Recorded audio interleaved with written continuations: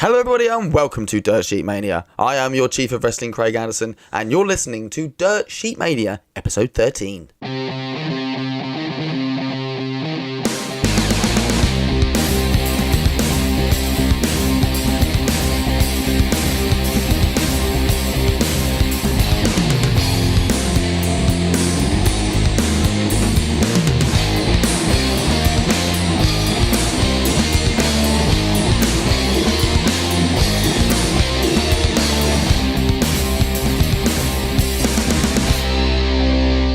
Hello and welcome to episode 13 of Dirt Sheet Mania. I am your Chief of Wrestling, Craig Anderson, alongside the director, Kieran Smith. Hi, Kieran. All right, Craig. It's been hot in the UK for the last week. And, it has. I've got a cold. Wonderful. And don't know how that works. I do have the snivels as well. Yeah. So we both have colds. A lot of sneezing and coughing off mic. Do you think that's because? Yeah. Do you think that's because of aircon? Yeah. I think it is. Because you said to me, because your aircon's on in your shop. I mean, I work in the bookies, and so I stick the aircon on cold behind the counter, and I leave it on hot outside in the customer area. So the only time it's just different temperatures. Yeah. So it's just cold behind. I have it on in the car, but then obviously, I mean, I work in a swimming pool, so I'm in and out of water. So I don't know. Yeah. Maybe that comes to it. Anyway, this week, Dirt Sheet Mania, we've got quite a lot to talk about if you think about things. So we've got Raw, Smackdown, as you are. We're working towards this Friday, the greatest Royal Rumble. Which live from the Kingdom of Saudi Arabia, we welcome you to the greatest Rumble of all time. That contains no women. 50 participants, 1,700 championship matches, and not one lady inside. Not even on the pre-show. Not even on the pre-show. Byron Saxton will host your pre-show. Oh, is it Byron? It is Byron. Okay, and it's got King Cole, the King JR, King JR, and Booker T. Yeah, right? Sucker. Yeah, King Cole JR. Yeah, no, King. Cole. No, JR and King, and then Booker T. Yeah. They'll be your pre-show plan. It's a 1 hour pre-show, 5 hour main show. It's a 6 hour show. We've just had WrestleMania. However, this is 5 till 11. Oh no, sorry, 4 till 11. This will be the interesting thing, because we've always said that we struggle to watch WrestleMania and pay-per-views because they finish at 4 or 5 o'clock over here, right? In the morning. Correct. With this greatest Royal Rumble, it's 5 till 10, which is probably the most convenient. Or 4 till 10. It's the most convenient time we're ever going to get for a pay-per-view over here. Correct. Except for NXT TakeOver London, which was 8 till 10:30, which was perfect. And for the Beast for the East.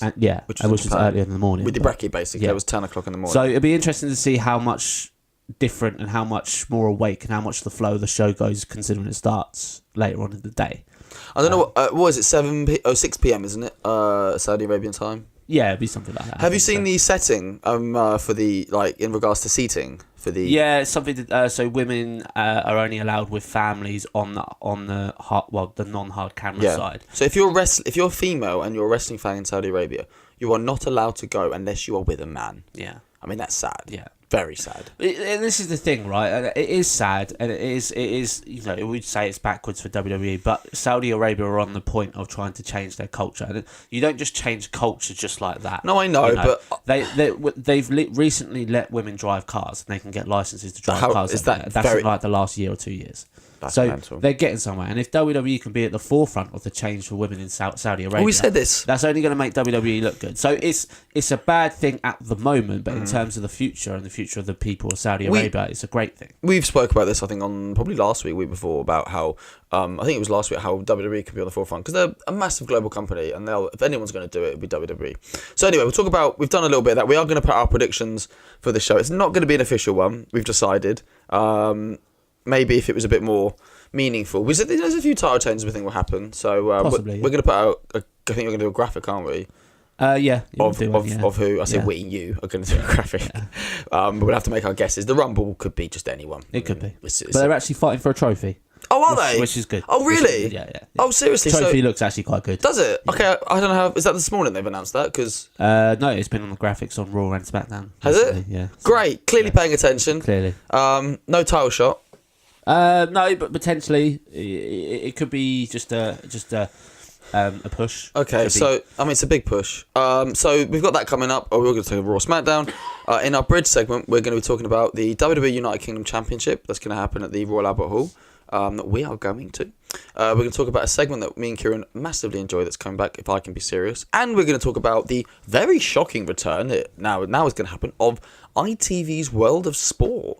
That's coming back to our screens. We had a special... Big things happening for UK wrestling. Oh, massive. Well, yeah, those 3 things we just spoke about, 2 of them are British wrestling events happening in this country. So for us, extremely happy, very excited about what's coming up next. But we'll talk about it in the bridge.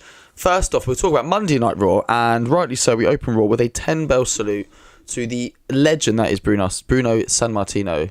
I can't even say his surname. You want to give it a crack? Sammartino. Yeah. Didn't he hold the WWE title for 6 years? 7 years. 7 years. It's like 4,000 odd days or something like that. Absolutely staggering. Yeah. I mean, CM Punk is the longest in the modern era. Yeah. 434 days. But Bruno's just incredible. I mean, obviously different time. You know, obviously they didn't obviously have weekly shows. So didn't Moolah have the women's title for 20 years? Yeah, something ridiculous like that. Mental. So. But yeah, no, it's a great little sort of package, little sort of going back on his career and how he influenced the WWE and everything like that, and obviously superstars chiming in with their thoughts. You know, WWE do this really well when a legend passes away. I remember Dusty Rhodes they done it with, and Roddy Piper, Randy Savage. They put these great packages together, and it gives you a real good feel of what they brought to the table when they were wrestling when they were younger, and how much of an influence and a legacy that they'll leave. I mean, we can't exactly sit here and say, "Oh, I remember Bruno's best match," because it's way past that time. Massively, but I mean, we respect the legend that he is and he was. So absolutely, and it's just a shame. Oh, you're right there, mate. Yeah, you're right. Told you. Please don't die during the show. No, we're not just sure. After. Just after. It's incredibly sad that it. For some reason or another, I think because maybe Bruno wasn't happy with the product that the Attitude Era was. Yeah. It wasn't wrestling. Yeah. So really wasn't. Yeah, I've heard a few people say that. Like, Sting was one of the big... he didn't like the Attitude Era and how that was. That's why he never joined WWE. Well, he didn't like it because they diminished WCW. Yeah. And Rock goes, was also who are you, sucker, to Booker T? It was also a reason that he didn't like because of the Attitude Era as well. Too hokey. Yeah, he's all about the kids. Like John Cena is. That's why probably Cena will want to go back to the Attitude Era. Because he wouldn't, Anyway... We go off. We do. But yeah, so a great show of respect. I like the 10-bell salute and then a round of applause. I think is a fitting way. It's a respect and then an applaud of a life. Yeah, I see. I sit there and it's a weird thought. I was sitting there during this 10-bell salute, which is obviously a sign of respect. But in this country now, when a legend passes away, especially at football games, we give a round of applause for it. Which I think, you know, if you. America being a sort of different culture, would they see that as disrespectful? I don't know, but like for me, if he's that much of a legend, I'd want to be stand up and applauding him, not just. When Georgie Best passed, I'm sure there was an applause. Yeah, because I mean, at the end of the day, all of these legends have taken part in front of crowds, and they deserve to be applauded one more time. So anyway, we can go off on that. But yeah, 10-bell salute, a round of applause. Extremely fitting for Bruno. So well done. So we kick off Raw. Brock Lesnar and Paul Heyman are here. They're actually on Monday Night Raw. They're in the ring. And they're basically saying they're ready for Friday. They're ready for Lesnar versus Roman Reigns in the steel cage at the Greatest Royal Rumble event. Speculation, is this actually now Brock's last match? Has Brock secretly signed for a year? It's impossible to know. We thought that WrestleMania would be a one-shot done. Bye-bye, Brock. See you later. Maybe see you in a year. So the rumours are that he signed an extension until SummerSlam. Okay. And he's allowed to he's allowed to talk to UFC about getting another fight. Because he did. The only other time he did this is when he was. It was UFC 200. He did have a fight, 3 rounds. He won. But then he came back to WWE. It was literally during his run of WWE, so it was extremely. It was weird because it was like 6 weeks before SummerSlam, his match against Randy Orton, and they were a little concerned that Brock. And he failed a drug test as well, didn't he? For UFC. Yeah. Afterwards. Yeah. He won the match? Then he got got overturned, didn't he? Yeah. So, yeah, don't know if he should have wrestled Randy Orton, but nonetheless, I think it's sort of good business Lesnar re-signing because. It's good business, but he shouldn't have the belt. Yeah, he shouldn't have the belt, but everyone wants to still see Brock Lesnar, but they hate Brock Lesnar so much because he's still there. What they've done with Brock is they've pigeonholed themselves. Yeah. With Asuka, if she'd have beaten Charlotte, it's incredible because on reflection, having Charlotte win was actually the best decision ever. Yeah. Because now you bring up Charlotte a bit, you bring Asuka in kind of a level kind of playing field, and now Asuka looks potentially beatable. I mean, we'll talk about her a little bit later when we talk about SmackDown. But with Brock, it just doesn't look believable. Yeah. I mean, if Roman wins, he wins. But for me, Brock Lesnar has to have lost. I know he broke the streak. I know this isn't imperative, but he needs to be beat. He needs to. Yeah, he does. And Roman Reigns would be the man to do that. I mean, well, we should say there was a lot of people chanting for Braun Strowman during this segment as well. So yeah, that's another one to discuss. But anyway, we talk about and Braun didn't really do much on this Raw either. He did a tag. Yeah, he's in a little bit of a stagnant post WrestleMania, post tag. But I think this whole Greatest Royal Rumble Backlash thing, because they're all sort of mixed up and they're still feuding with other people on other shows now. Yeah. After that, I think we'll start getting what the actual storylines are. I agree. Yes, so off we go to this. Roman Reigns eventually comes out. They don't touch, they get kind of close, and then he disappears again. I mean, thanks for nothing, really, quite frankly. That was a bit of a waste of time. I did think Roman got more of a babyface pop on this occasion. And there were some fans at ringside during Heyman's promo. They were chanting Roman, and oddly, the camera cut to them, which it doesn't happen. I said to you off air, I think that's a plant. Potentially. I mean, you don't know of anyone these days that could be a plant. It's just. Yeah, we don't know. Get a free T-shirt. Chant Roman.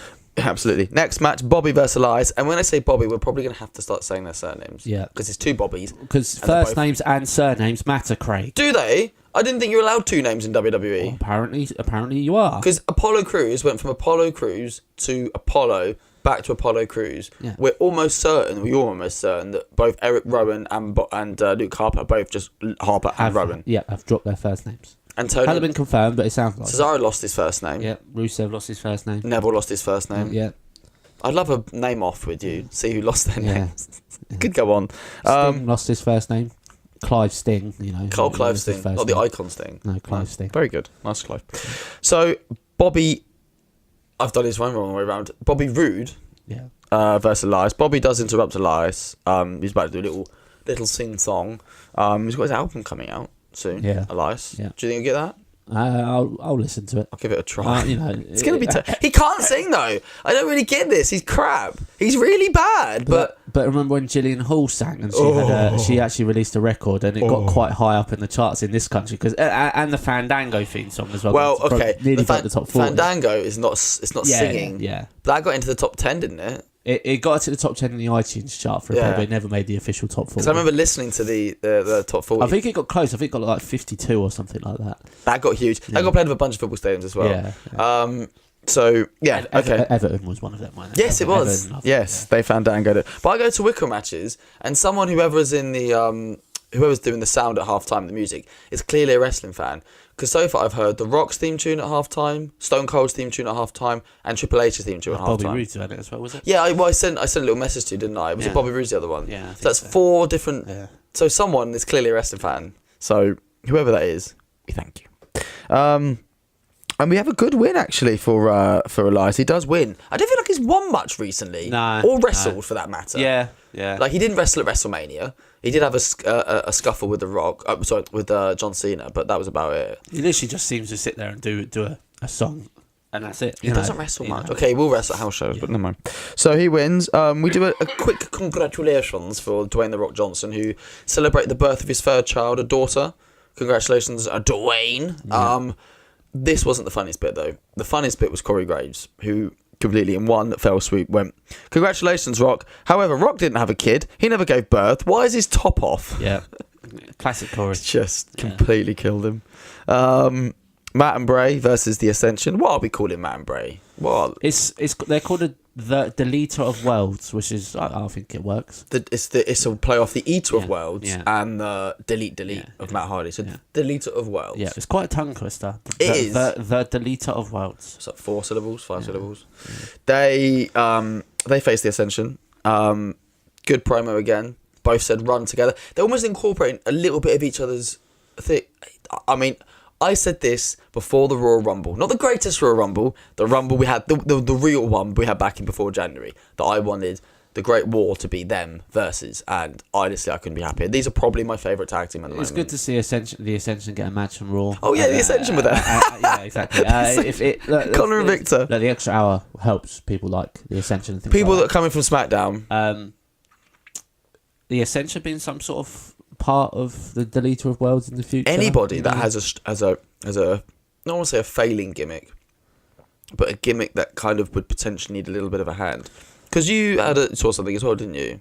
to do with Bray Wyatt and potentially and his real life brother Bo Dallas and his tag partner Curtis Axel. There's a short little video saying, was it official WWE? Was it on YouTube? I don't know. If it was a video or it was a tweet, I can't remember what it was, but it said something like he wouldn't mind taking charge of Axel and Dallas. So obviously Dallas being his brother, his real life brother, and both of them are son of IRS. Yeah, not both of them.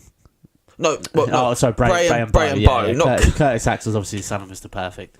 But there's a lot. I think the Ascension maybe fit that sort of gimmick with Bray and Matt. So they could be. I don't know they're from the wasteland. I mean, so they could be a bit sort of bodyguardish or something like that. I'd like that. Protectors of the protectors of the broken world. Yeah, or something like that. Why not? You know. Get them out with fucking axes or something like that, So you see axes, someone's called Curtis Axel. Yeah, exactly. Why not? I don't know. There's so many things you can do with it. So, but what did you say? Take them to the Lake of Reincarnation. Yeah. I mean, necessarily they don't have to do another Ultimate Deletion match or whatever. They could just take them to the Lake of Reincarnation, 10-minute vignette on the screen. That's it. They win this match, Bray and Matt, and they are ready for the Bar on Friday. And because of the scenario, because we do see so we'll talk about this. The Bar do appear on SmackDown because they're SmackDown property now. Effectively, they're on that brand, on that show, and they have a quick backstage segment with New Day during some sort of ridiculous pancake thing. Yeah, they're taking it too far. Well, they were promoting the book. Oh, this is SmackDown anyway, but they were promoting a book. But yeah, there's a book. The Book of Booty. Oh Jesus Lord! Gotta get those merch sales. Gotta get those dollar signs, brother. And we have a scenario where the bar actually said, we won't be around here much longer after we win. That got me thinking. I didn't realise that if they won, that they'd be okay, I don't know how it would work. Yeah, so I think in regards to these like cross-branded matches, I think the titles possibly stay on the show. Apart from... But the talent get traded. Because you remember last year when Chris Jericho got traded over to SmackDown? He was US champion. He kept the belt.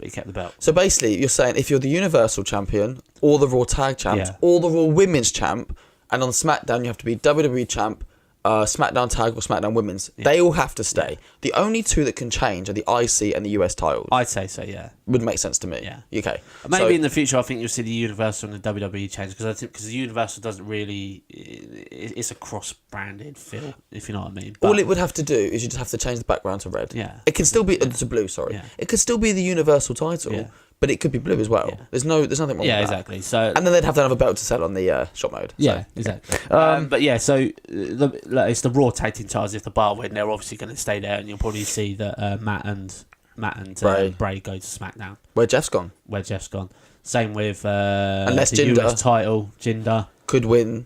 Yeah, see the US title. Jinder could win it and take the title with him to Raw, and then in the IC title match, the SmackDown talent, so that'd be Miz or Samoa Joe could win the IC title.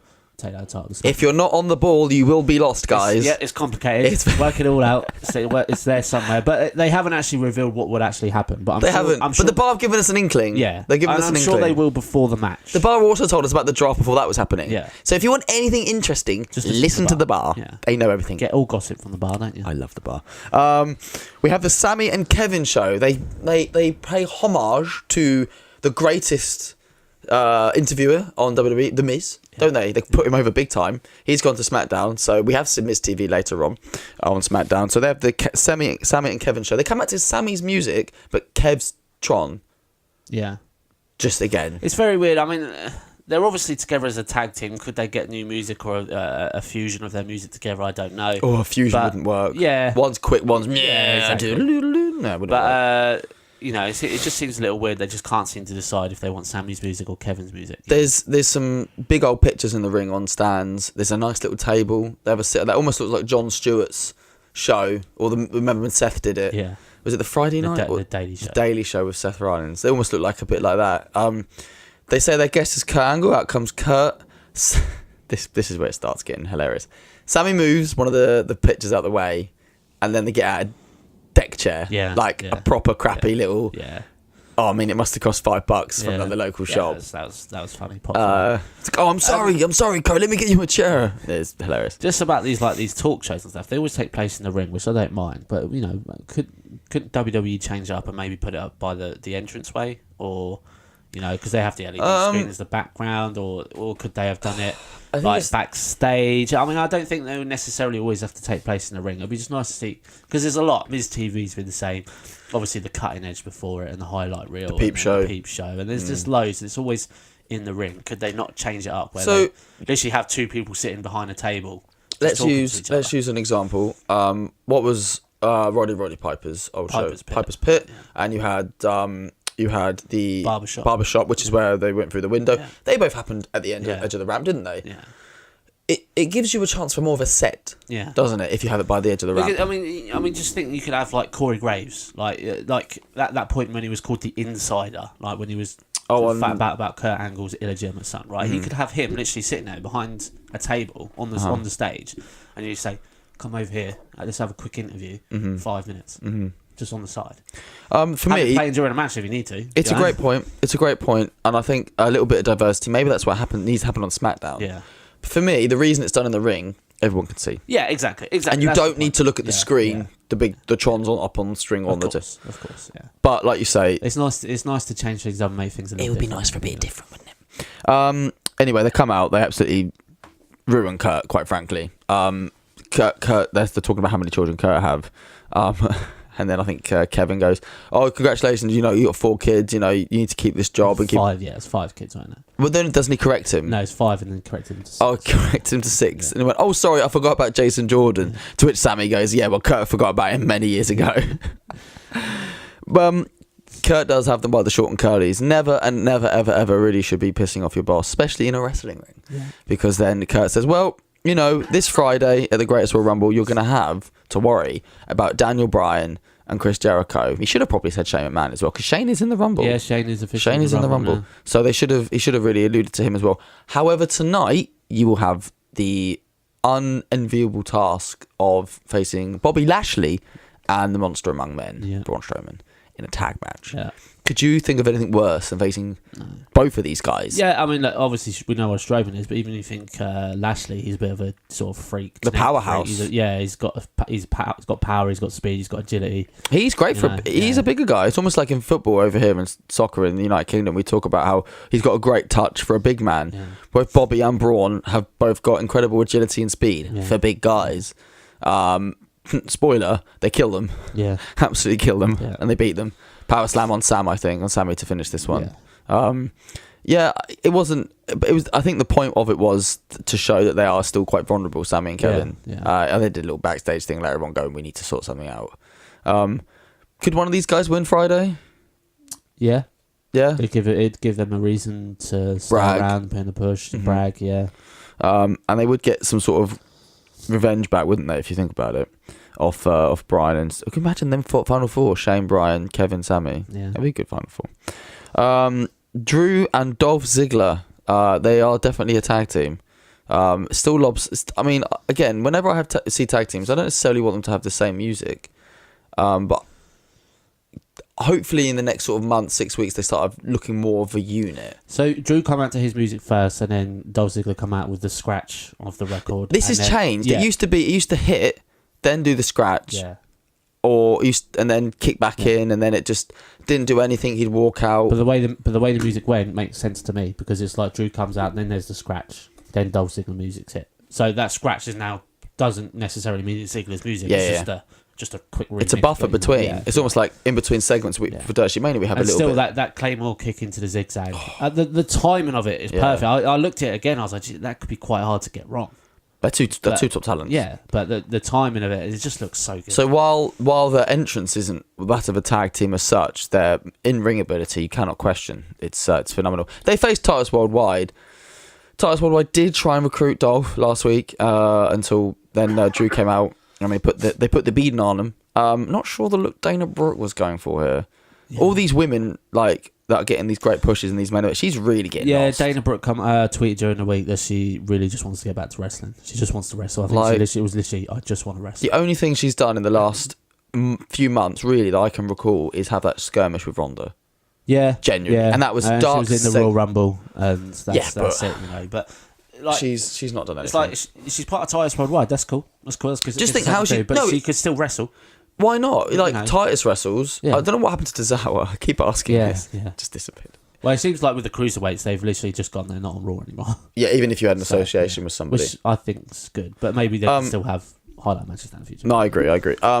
You also have a certain situation, obviously, with Dana Brooke, where she, at one stage, was over with Charlotte. Yeah. And then when she turned on Charlotte, the pop she got when Charlotte was a heel was humongous. I think that's more to do with the fact that Charlotte was so good as a heel. But absolutely, and you have to be good. But Dana's selling. Dana, when she did the Ric Flair strut and stuff, it was hilarious. Yeah. And like you say, she's doing something with Titus Worldwide, but she just doesn't look natural. Yeah, she's a pure athlete. Yeah, she's not the greatest wrestler, but let the woman wrestle for Christ's sake. She's definitely one of those NXT call-outs where you're like, she could have done this. Do you remember when she kept with Emma, and then did Emma get hurt very quickly after, and then they put it with Charlotte? Yeah. Just it was like, oh god, now what do you do? But on NXT, Dana and Emma were a good little sort of tag team, and a bit like the iconic duo were. So after, okay. Yeah. So Titus Worldwide take the loss of that tag match. We have Kurt Angle, who's appearing again backstage with a newest Raw recruit in Chad Gable. Chad is now probably a babyface again. Looks like it. Happy with Chad as a babyface? I won't stick much on his heel turn wasn't bad. His heel run wasn't bad with Shelton. He can play a good heel. I think he wasn't amazing. I'm happy with him as a cocky babyface. But I think his wrestling style is very Kurt Angle. It's like, what do you think of Kurt Angle? Do you think you see him as better as a babyface or a heel? Don't care. You don't care, do you? He's a machine. Yeah, and he's a wrestler. I want to see him wrestle. He's not a sports entertainer. He's a wrestler. And he's going to put on good matches because he's a wrestler. Same with Chad Gable. Yeah. He had a really good match, I remember, with Rusev on SmackDown when he was in that limbo part between Jason and Shelton. And you think, God, I didn't... In a tag match with AJ Styles as well. He did. And you kind of... I don't feel like we've been able to see that because you have to work within a tag dynamic. Yeah. And because they're the heel team, they don't get to, quote-unquote, show off. They don't really get that shine of showing off your moves, etc. Yeah. So you have to... They're the one getting beat up at that stage in the match. So you haven't really been able to see how good that Chad is. People might have even forgotten. But he's great. And he ends up having a match with Jinder. Jinder interrupts Kurt and Chad's conversation, having a good complaint about, was it Jeff Hardy from last week? I want my rematch. Jinder really winds me up. Generally? Yeah, legit. It's just, he just comes in and it's just like, when he does the promo, it's just like, oh, your voice just grains on me. Didn't he say something about you're a small man, a bit like mini-me, and he died this last. I was like, what the hell was this about? What? Jesus! All right, calm down, mate. Wow. There's one way to get heat, and then there's just a bit. So obviously Jinder loses to Chad Gable. So, he does, which pretty much goes to show that SmackDown is the land of opportunity because he can't buy a win on Raw. But if you think about it, before either. If you think about it, this is the first time I've ever seen Chad on Raw. Yeah. And Jinder's been on many times. Because Jinder won the contract, didn't he? Yeah. On Raw. By beating Heath. 3MB reunion now. They're all on Raw. This is what's happening. This is what's going to happen. But, Chad being on Raw as a babyface is great. It's great. They did talk about, in that backstage promo, they did talk about Jason Jordan again. So Jason Jordan's been mentioned twice in 2 promos tonight. Yeah. I don't know how... Must be close to coming back. I don't know, was it the last time I heard he was back in the Performance Centre just training up? So. I mean, he's closer than Dean Ambrose is, from what I understand. Just from reading internet. Yeah, Dean Ambrose could, in my eyes, could have done with a lot more time off. This injury almost come at the right time. He just stagnated a bit and... obviously the Shield thing didn't really take off. But it only didn't take off because he was injured. Yeah. It would have taken off a bit more if he was around. Yeah. But like you say, it's just hard to tell now. So, Jason Jordan potentially cleared, potentially coming back soon. Like you say, Chad beating Jinder, which is great for Chad Gable, beating a former WWE United States champion. Yeah. If you look at it like that... WWE champion, mate.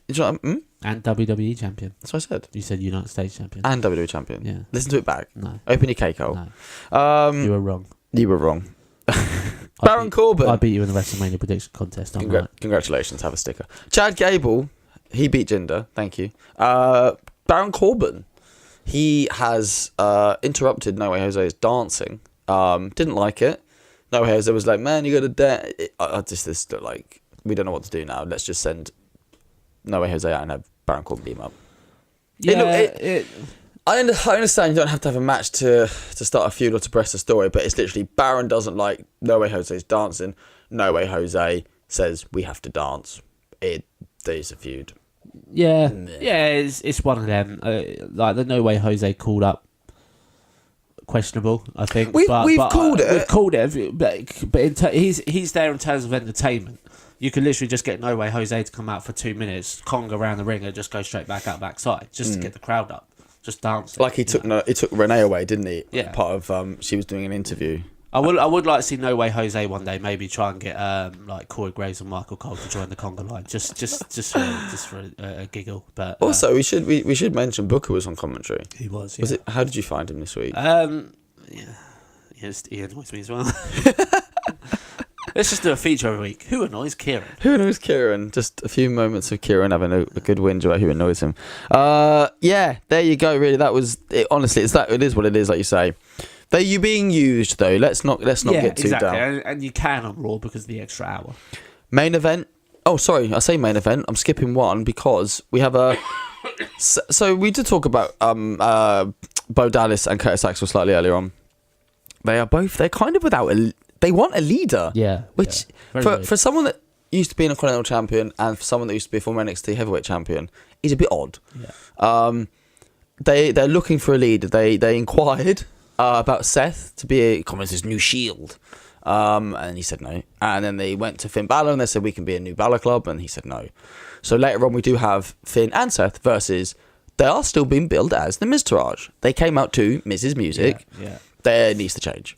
I think it will. It's only been a week, and it's not like. I mean, I don't know how much like stock music WWE have in terms of going. I'm sure they have original. I'm sure what music did they have before they joined Miz? Or is that just an instant relegation? Maybe they could have had Axel's music. I don't think Bo's music would suit them now. Like Bo leave. But yeah, maybe Axel's music, but I can't remember. Oh, Axel's music was quite good. It was very sort of dun, dun, dun, a bit of a dun, remix dun, dun. perfect sort of thing. For me, I hope they don't go back to Bo running around the ring and Curtis, whatever Curtis did. Curtis Axel could be a legit top wrestler in that company, you know. Former IC champion. He helped train The Rock back up when he come back for his match. He did, for John Cena. There's a lot of respect there for him. You know, a lot of respect and a lot of trust. Yeah. They have a match, they lose, but I think they still have some sort of level of momentum as the Miztourage. Who knows whether they'll change names, join Bray and Matt. Again, it's one of these things until both rosters settle down and they kind of get into a rhythm, we'll find out what they do. But I am concerned for them because they've come from a really good top spot, main event in house shows, main event in Raws, even as part of the Miztourage, either wrestling or being with Miz at ringside. I am slightly concerned to where they go, but fingers crossed they do something that's going to benefit them. I hope so. Main event, 10 women's tag match. I've written down here, Kieran, this looks like a sorry, here's a main event, see you in a week because you won't be there on Friday kind of pretty much thing. I like the fact that they sort of in storyline terms he said, well, last week we gave the men a chance in the main event, a 10-man tag match. So, they can spin it however they want. Yeah, they can, and this is what they're obviously doing. But look, the women get the weekend off. They do. And for me, we said, why don't WWE put on a women's house show, bill it as a women's house show. You've got all the women from Raw, all the women from SmackDown. You don't need anybody else. You can call up a few NXT women. But even then, there's like 11 women on Raw. There's about 8 or 9 on SmackDown. Yeah. You don't need anybody. You don't need any more than that. You could have a great house show. Yeah. Even Ronda, you could have.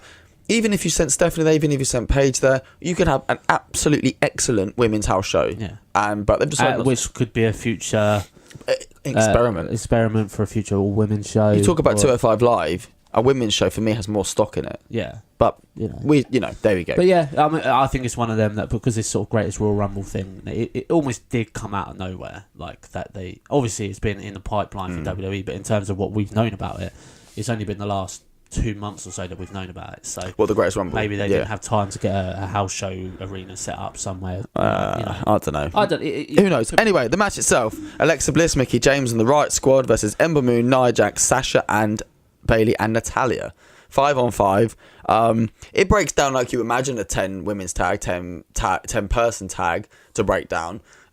Ends up with Nia doing a massive jump off the apron, taking out everyone. Yeah, she never ceases to amaze me. Nah. She continues to raise, not to nick someone's phrase, but she continues to raise the bar for big girls. So fair play to her. As that happens, you just see behind her as she's already jumped off, Mickie James just already crawling down the side of the apron to climb back into the ring. Yeah. To go and attack Natty. As she kind of tries to beat Natty down, Ronda Rousey comes out. Yeah. Now, I was not expecting Ronda Rousey to come out. So Natalya was down for quite a big portion of this match. I'd say over a 10 count, Kieran. What would you reckon? Yeah, exactly. I don't know who was reffing this match, but I'd like a word. I would say I was surprised to see Ronda. I suppose it's because of the Brock Lesnar thing. I still don't think... I feel like we're not there to see Ronda every week. Ronda's just going to turn up every here and then. So... But I was surprised to see Ronda. Yeah, I was too. But it's good to see that she's there and she's willing... She's not going to have a match on Raw, I think, for a while. I still think she will, because we do already find out before she had a little skirmish with Mickie James. Also, that made Natty's team lose. Yeah. So... I mean, originally, all Ronda did, she wanted to come out. It's not like she was It's not like she just did it out of this just because she was being spiteful.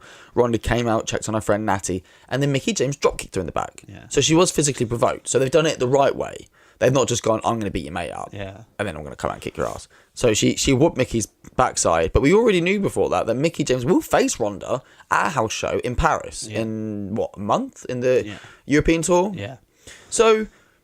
Great, Ronda is going to start having house show matches. I'm surprised her next advertised match, whatever that may be, is a house show. I thought that'd have been on Raw, pay-per-view. It's like less pressure. Yeah, less pressure, and that's what it is. It's to get her just in routine of doing match after match after match. Because obviously she can do it in NXT, she can do it at the Performance Center, but it's not in front of a live crowd. No, and they're not going to do it, or they're probably not going to put her in dark matches. It wouldn't surprise me. Yeah, again, there's no pressure if it's a match. That's why I think After all, you won't see her have a match on Raw for a bit. I mean, probably SummerSlam time. Ronda's so much of a big attraction. She's like Brock Lesnar. You don't give those sort of matches away on free TV. We've spoken about why they put Asuka on SmackDown, and it was like it's clear as day when you say it out loud. It's to keep both Asuka and Charlotte away from Ronda, and Charlotte as well. Asuka and Charlotte. I just said that. You need to clear your... You said there's a reason why Asuka's on SmackDown. Yes, because Charlotte's already on SmackDown. Yeah. Why would I say Charlotte's gone to SmackDown when she's on SmackDown? That's what I said, but both of them are away from Ronda. You're an idiot. People who annoy Kieran this week. Craig Anderson, the chief of wrestling of Dirt Sheet Mania. You're an idiot. See, now you got a girlfriend. Look at you, all cocky, all smug. Yeah. Jesus. So, that was Monday Night Raw. I'll be watching Backlash. I will be as well. Oh, you sure about that? Yeah, I will be watching. Just not with you. Yeah. Penis. Knob. It's the same thing, different word. That was Monday Night Raw. We hope you're enjoying it as much as me and Kieran are. It's also another AM version of DSM. We're starting this show before midday. Yeah, which that's why I'm probably a bit sort of antsy.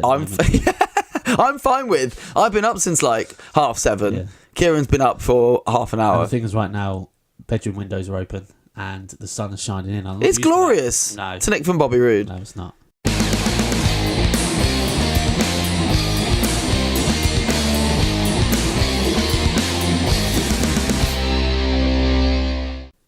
We open SmackDown with The Miz and Miz TV back on SmackDown, balancing out the Sami and Kevin show for Monday Night Raw. Miz comes out playing the cocky heel in his suit on his own.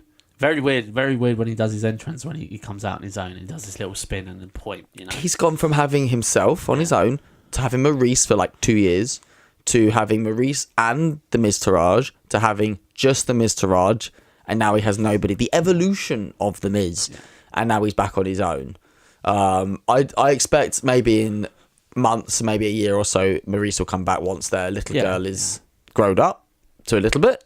Random sign in the crowd. It was Birdie Bella versus Monroe Sky. Which I was like, I popped for because someone's obviously put a lot of effort into just getting that sign up in the crowd. Spelling of both names. Yeah. Very good, very good. We've always joked about Shane's boys versus Stephanie's girls. Yeah. Maybe book that one for WrestleMania 45. Yeah. Who knows? 45 would be about 55, wouldn't it? Possibly. It could be 25. I think. Is that math bad? Maybe not. That'd be 11, wouldn't they? If that was next year. 35. Oopsie daisy. Maybe 25. But The Miz says he's got Daniel Bryan's gonna come out on his show. Now he goes from being the classic Miz to taking his sunglasses off, and it's almost like a flip a switch. he says, look, I've had a child, you've had a child. He's a dad now, Craig. Did you know that? Dad club. I didn't know Miz had a kid, though. Yeah, did you know that? He's a dad, mate. Yeah, the Miz had a kid. I don't think he's mentioned it. He's trying to mellow out a little bit, I think. In his parenthood. In his parenthood, yeah. So he invites Bryan to the ring to talk like men. Not to fight, but to talk like men. Big Cass comes out instead.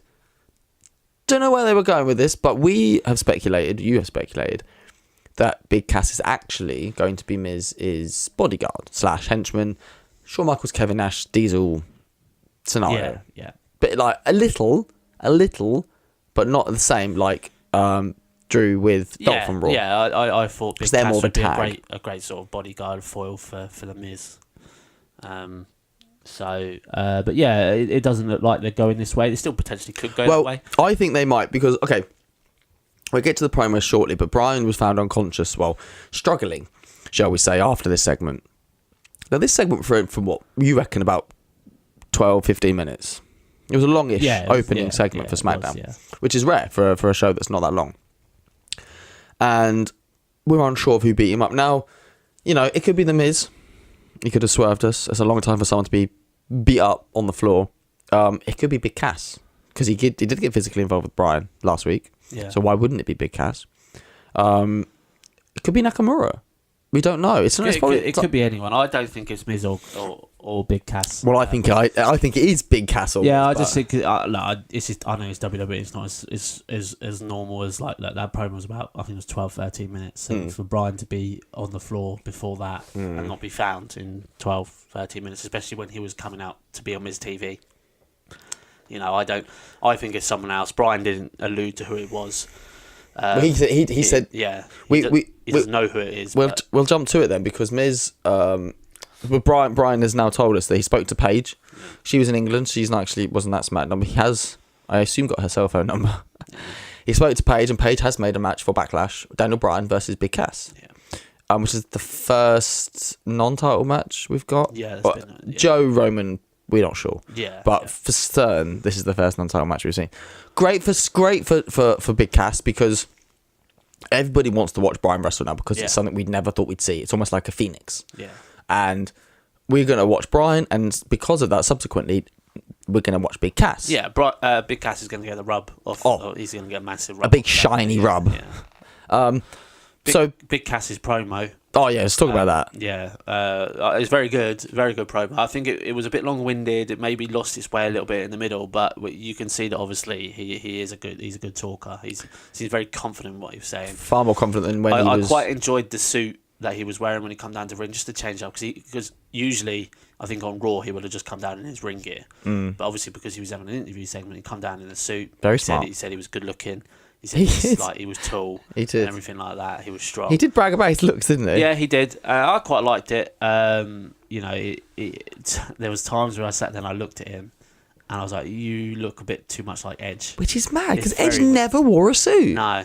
But there was just some sort of jeans and a jacket, maybe facial expressions that sometimes that looked like that just reminded me of Edge. And I know he's from New York, and I know Edge is from Canada, but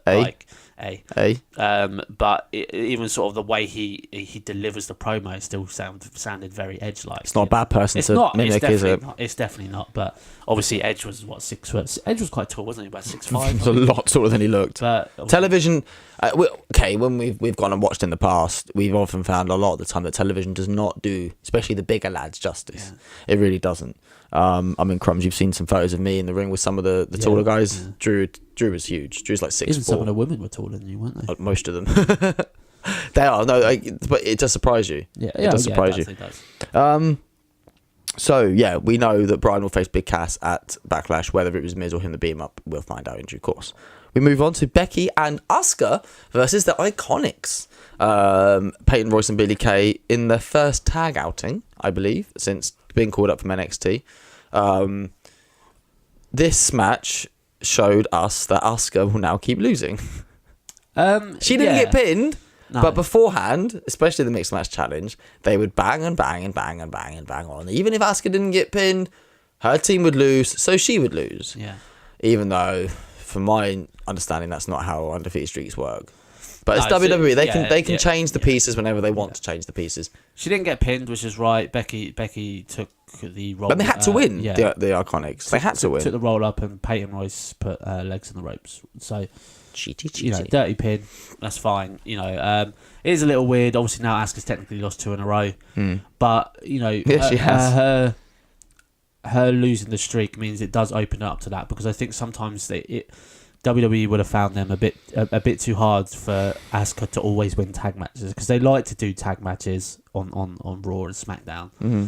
And for Asuka to win every single tag match because he has an undefeated streak, I just think it doesn't open up the storyline to more.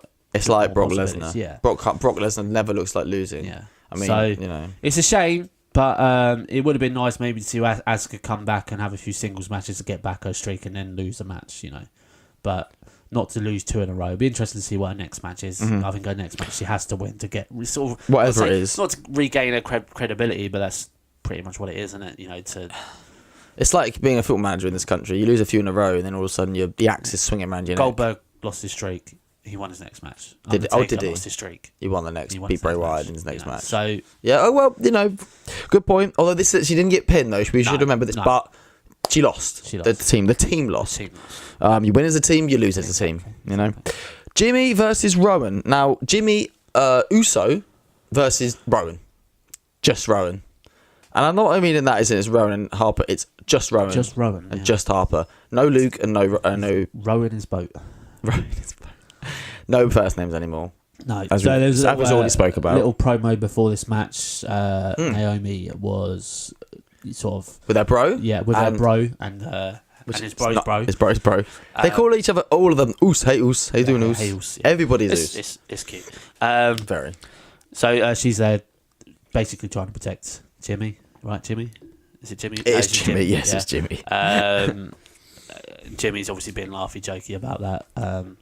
And so, also as well, there was a Make-A-Wish kid there that side that got to meet the Usos, which I thought was very weird, because I thought that Jimmy's going to come into a match with Eric Rowan and probably get decimated. Yeah. And there's a Make-A-Wish kid on the side, and he's going to see the Usos. Is it Make-A-Wish month? Yeah, yes it is. So I think it's Make-A-Wish Day on Sunday as well. Okay, so you can see why. Yeah, exactly. But like the placing. Yeah. In such a brutal match that's about to come on. Exactly. But point great, placing odd. Yeah. It's a balancing act. He tells Naomi to stay away because, quite frankly, he doesn't want to work his wife. Get beat up by a couple of guys that are called the Bludgeon Brothers. Yeah. I don't think either of us would want our girlfriends around a team called the Bludgeon Brothers. No. So we go out, Jimmy versus Rowan. Physical match. Of course, Harper and Jay get involved. That was always going to happen. It was a physical match. I thought it was a good little match, actually. It served its purpose well. The end sequence was extremely fascinating. Naomi's music hit. She does her full entrance, pretty much. The Bludgeon Brothers, both of them, completely stunned. Yeah, mesmerised. I'd probably be mesmerised if I saw a girl dancing like that, but... It's the neon. Yeah. It's the neon. I love the entrance. I think it's extremely innovative, especially because you can't have pyro anymore. No. She's basically using what she has to her advantage. I'm sure if we had a chance to do her entrance, we'd do her entrance. Oh, so much fun. Can you imagine that? I think I just spent about 5 minutes in the entrance making I won't stop that. You see some god-awful dance moves from you. Yeah. It's a good job. I'd probably just walk down and just raise my right arm like Big Cass or something. In neon. So she distracts the Bludgeon Brothers, and Jimmy gets a roll up on Eric Rowan. Well, Rowan, should I say? Sorry, for the quick win. 1, 2, 3. Very brief. Her music carries. While they're scarpering away after sneaking a win. The Usos celebrating with Naomi to Naomi's music, and as the finish happened, they were still that 1, 2, 3 winner. That was pretty much what happened. So yeah, the Usos win. It annoyed me a little bit. This is just something that I've picked up from years of being in wrestling. The finish from the women's tag and the men's singles was the same. Okay, they got to it differently. Yeah. One was got from legs on the ropes. One was got from a distraction. But both involved basically a schoolboy roll up. Yeah. Come on. I know it's different. They've got to the same point differently, but they've still got to the same point. It's like having 2, 3 matches being called by disqualification in a row. It's just like... I remember one pay-per-view... and it wasn't like a gimmick pay-per-view, it was a normal pay-per-view. Out of only 8 matches, like 5 or 6 of them were finished by submission. Yeah. And I was like, wow, that's a lot. But really, it's it's because they never happen by submission. You're surprised when they all happen. In kayfabe terms, it could happen on both two roll-ups in a row. It could happen. It's just law of averages and things like that. How things, like... If this match was played... If they weren't next to each other on the show, then I don't think I would have noticed. Man United could win 2 games in a row by scoring 2 goals in the 93rd minute. I know it's not scripted, but obviously you've got to think of it from a that if it was real point of view, if it was a normal match. Okay. So... In kayfabe, you just win by winning. Yeah, you don't really... I think if we're booking the show, we would be like, no, you can't. Yeah, we'd never be allowed to book a show. Do a victory roll. I like that victory bell off the top of the shoulders. Yeah. I like that. Next up, the contract signing for Backlash. Obviously not for the Greatest Royal Rumble because women can't be there. Carmella will defend her newly crowned cashed-in Money in the Bank contract title, if you like, all that words, versus Charlotte. Why did you see this going Sunday? What's the week Sunday? So, I quite like this segment. Carmella said that, why are you introducing me? I'm the champion. The champion never goes first. Spot on! Which is something that we agree with. We always said the champion should go last, come out last. Even if they're a face, even if they're a heel. Don't care. I get it with some superstars if they come out first, if it fits their character. Because if it's, say it's someone like The Miz. The Miz, it's all about The Miz. He should come out first, right? In my eyes, someone like that. Yeah, but if he has to be the champion, he has to go a second. Yeah. Not you can't have it both. You can't. But it's like we say, the championship match should always go. The championship match should always go on last. But there's times like Ciampa versus Gargano where it needs to go on last. On occasion, yes, it's okay. That's what I say. On certain occasions, the champion should come. Not out first. every bloody week. Not every bloody week. But yeah, she said that, and I agreed with what she said there. I liked Charlotte I like the fact that Carmella tried showing the video package twice to get more respect. It's very heel. Well, it was a different take on it. Yeah. It just shows you if you make a pay-per-view package, you can make someone look like a heel, or you can make someone look like the good guy or the good woman, if you like. And that's exactly how... I like the fact she tried showing the second time, and obviously Charlotte comes out. And what Charlotte did was short, sweet, to the point, tip the table on her. There you go. Sign a contract. When did contract signs ever not have a table tipped? Yeah, exactly. Two small points. One, Carmella looked like David Dickinson's love child. Yeah. That was some strong mahogany fake tan she had on. It was savage. And also, after Carmella had a real bit of a go at Renee Young, who was doing the interview, Renee gave Carmella the best resting bitch face you'll see for a long time on television. Absolutely nailed it. So we'll get into Backlash predictions next week. Yeah, no, absolutely. I don't say this one's I think it's easy to say who will win, but I think in terms of Carmella and her championship reign, she needs to hold on to it for a little bit. So just to make the Money in the Bank look a bit more important. Yeah, exactly. But yeah, like you'll rightly say, well, no, we don't. The first men's Money in the Bank winner, Edge, only held it for 3 weeks. He did. No, he did actually. He beat Cena after Cena had the Elimination Chamber, then he beat him at the Rumble. Yeah. So yeah, no, absolutely. I guess the fact that she won the belt from the cash-in is an important thing. But like you say, we won't really know much about the Backlash card, title-wise, until after Friday. Yeah, next week all the matches will be confirmed. Obviously they will be. It's going to be a busy week, Monday, Tuesday, very busy week because I think Backlash is a 4-hour show as well. So it's a 4-hour show. I think it's a 4-hour show. Yippee! Yay! What time does that start? Midnight. It doesn't matter. You're not watching it with me, so shut up. I am watching it with you. I'll WhatsApp you. Thanks. That's the same, isn't it? Jeff Hardy and Randy Orton are basically having a one-upsman games of whose problems are bigger than yours. Last week, Randy came out to face Jinder. No, to face Shelton. Yeah. And Jeff Hardy came out and had to face Shelton. This week, Jeff Hardy came out to face Shelton, and Randy came out to face Shelton. Little awkward moment here. Jeff Hardy's music stopped, and then for about 10 seconds, no music was played. And Jeff stood there, was like, "Oh, I know what's going on." It seemed like he was trying to cover up the fact that they didn't play Randy's music straight away. It almost should have been stop. Yeah, like almost start his music and kind of stop his at the same time, but it didn't happen. So Randy versus Shelton Benjamin in the end. Jeff kind of hung around. He had a seat, didn't do comms or anything. He just sort of hung out and. Randy kept trying to send Jinder kept selling Jeff Hardy some messages, looking at him, beating up Shelton, the back suplex on the table. Yeah.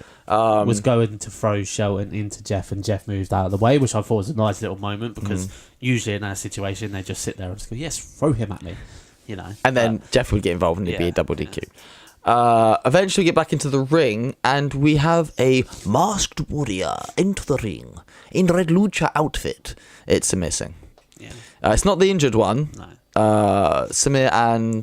Samir and Sunir, isn't it? Sunir is the injured one. Yeah, I think it is. Raw Invasion? Yeah. Under Siege. Oh my god, Raw and... God. It's the only event of the year where Raw and Smackdown had to face each other in one-on-one competition. Do you think that's why he had a red mask on? Because he's from Raw. Yeah.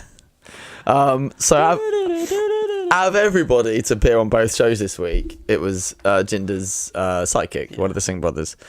He got a adjusted RKO turned into Shelton Benjamin, and he finished him off, and Shelton wins. Yep, Shelton Benjamin pins Randy Orton. So we're assuming at some point after Jeff is done with Jinder, this will be some sort of triple threat between the three three veterans, really. You know. Oh yeah. They alluded to the fact that Randy and Shelton from the same class of OVW. With the Brock and Cena. Yeah. Good callback for OVW. Jeff was obviously been around a good 6 years before that. So the veteran talent, but these talent can go. And you think it's veteran talent, but can you really recall a scenario where these guys have crossed paths too much? No, which is cool. I mean, Jeff and Shelton never did. I think that time. I think there was a point where World's Greatest Tag Team. Yeah, Jeff would have been in TNA maybe. Yeah, Matt would have been around, but he would have been doing the cruiserweight gimmick with Shannon Moore. Yeah, I think Jeff was on Raw and the World's Greatest Tag Team on SmackDown. I think they may have been on SmackDown at the same point. But I don't know. But these two, I don't think I've ever really faced each other much. Randy may have crossed paths with Jeff. Yeah, I think he probably did actually back when Jeff was champion, world champion, or WWE. Yeah. But yeah, possibly. But it's such a long time ago. You can forgive them. That's why it's fresh. Yes, you know. Especially seeing Jeff on SmackDown. Yeah. That's not something it's just like when John Cena faces Randy Orton. It's going to be fresh, right? Oh god, that's never happened. No. I can't wait to see that for the billionth time. Yeah. Shelton wins. Congratulations, Shelton. And again, he looks like he's going to stay as a heel. Yep. And he's going to move forward like that. I did see glimpses of the old gold standard gimmick, which I think was money for him. So hopefully, do you think his mum will come back? 8-week run, that one. Yeah. 8 week. I'm going to be saying the other day. That's crazy. Out of everything people remember, gold standard, Team Angle, World's Greatest Tag Team, the mama. Apparently, according to Shelton, interview from himself I saw online, everyone asks about his mama. Yeah. From start to finish, that lasted 8 weeks. Yeah. But like he said, he got an IC title run out of it. He did. So he's happy with that. Sanity vignette. Promoting the fact they'll be there next week after. Who really knows? They're coming. It'll be after Backlash. It'll make sense to be after Backlash. As is Andrade Cien Almas. He'll be there probably again after Backlash. I do have a slight issue with how the Sanity vignette is. Now, it says chaos is coming. Okay, fine. Under the WWE bubble, I would expect nothing else. Unfortunately for them, there's a little bit of wrestling over in Japan, and there's quite a decent little group called Chaos over there that does also involve our very own Will Ospreay and Okada, former multi-time IWGP heavyweight champion. I just think they could probably find a bit more logical wording than calling a team called Sanity and saying that Chaos is coming. Because online, people are mocking it. People are saying, well, no, Chaos is certainly not coming. We're still in Japan. Okay, so I get what you're saying, and I can't really recollect this. But how long have Chaos been around in Japan? Oh, years. Okay, absolute years. Okay, so longer than Sanity. Okay, right. So maybe Sanity had the same promo sort of package when they first come through on NXT. Maybe it was a Chaos is coming. I can't remember, but it could have been the same thing. But because more eyes on this, yeah, and that's the thing. Maybe WWE have gone, well, yeah.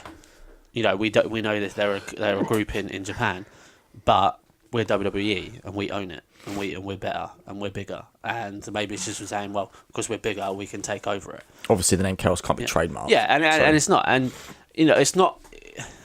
Maybe they could have gone Sanity is coming, but I don't mind. Chaos, it is Chaos. They do bring chaos. It's the whole gimmick. It's the chaos. It's anarchy. It's anarchy is coming. There you go. Thank you for that. You know, I said Bedlam. You didn't like Bedlam. Yeah, I didn't like Bedlam. Bedlam sounds like excitement to me. But yeah, you know, they could have used a different word. But you know, chaos is shorter, it's sweeter, and people know what it is. Okay, well, fair enough. No, so I've not got a problem with it. But that might be just more because I don't know my Japanese wrestling as much as you know your Japanese wrestling. I'm not sitting here saying I'm some sort of connoisseur of Japanese wrestling. Yeah, but you know more than me. Okay, so it is what it is. Yeah. And we move on to our final match of the evening, our final segment, a 6-man tag. The Club are back together. Too Sweet. Club are back together, yes. AJ Styles is with Gallows and Anderson. Now, even though Finn teamed with Gallows and Anderson, in regards to the Japan days, and they've known each other for longer. On WWE television, AJ looks like they look more drilled. Yeah. With Gallows and Addison, with AJ, just the way it's produced, just the way it is.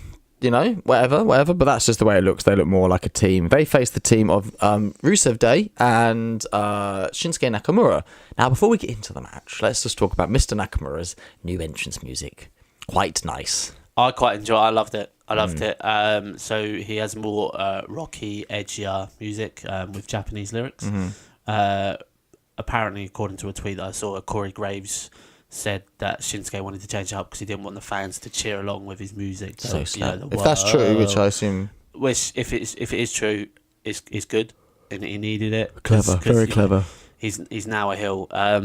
This whole Shinsuke being heel thing is what I think the WWE Championship match at WrestleMania needed. Like, it was all very well then. I said this face doesn't put across as well. All competitiveness. It was a good and it worked. I remember running up to that WrestleMania match. I remember talking to you in the pre-show about that, saying, "Do one of these guys take a heel path?" Yeah. And I think we both said AJ would, didn't we? Like when we were thinking about it. Although Nakamura's moveset, which is more of a heelish moveset. Yeah. So, but this whole heel aspect for Shinsuke just makes the feud. It makes you want to like, oh, when's Backlash? They have a match at the Greatest Royal Rumble, don't they? They have WWE. Are they? Probably. Yeah, everyone. They do. Every bloke's having a match, so why not? So it's a very intriguing thing, and it'd be interesting to see if AJ drops it to Shinsuke first, or it goes, it carries on for the next couple of months. I really don't know. It depends how. I mean, okay, it's called the Greatest Royal Rumble. It doesn't mean it has to be the greatest show. Yeah. Do you know what I mean? You can't, just because it's called the Greatest Royal Rumble doesn't mean that the show itself, when we come to the end of it, we might be sat here going, that was naff, wasn't it? Yeah. We'll see. If a WWE title changes hands in Saudi Arabia. I like the fact this heel Shinsuke, I think it adds a lot more to AJ and his whole feud for the title. Shinsuke portrays a heel really well. Really good match between the 6 combatants. Out of all these guys, I'm just really happy to see the club and Gallows, Anderson and Aiden English in the main event. Yeah. Because, okay, Rusev's been in that position a few times, obviously AJ Nakamura multiple times. It's just nice to see guys getting the opportunity. A bit like, I suppose, Mr. Raj did on Raw. What we do see come the end of this match, we see Nakamura's team win.